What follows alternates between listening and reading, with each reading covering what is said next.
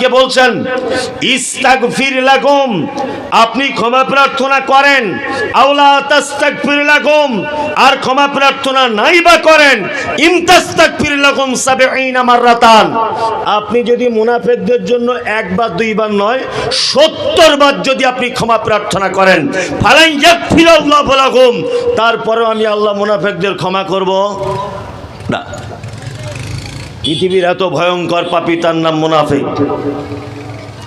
আল্লাহ সুবহানাহু ওয়া তাআলা মুহাম্মদ সাল্লাল্লাহু আলাইহি ওয়াসাল্লামকে বলছেন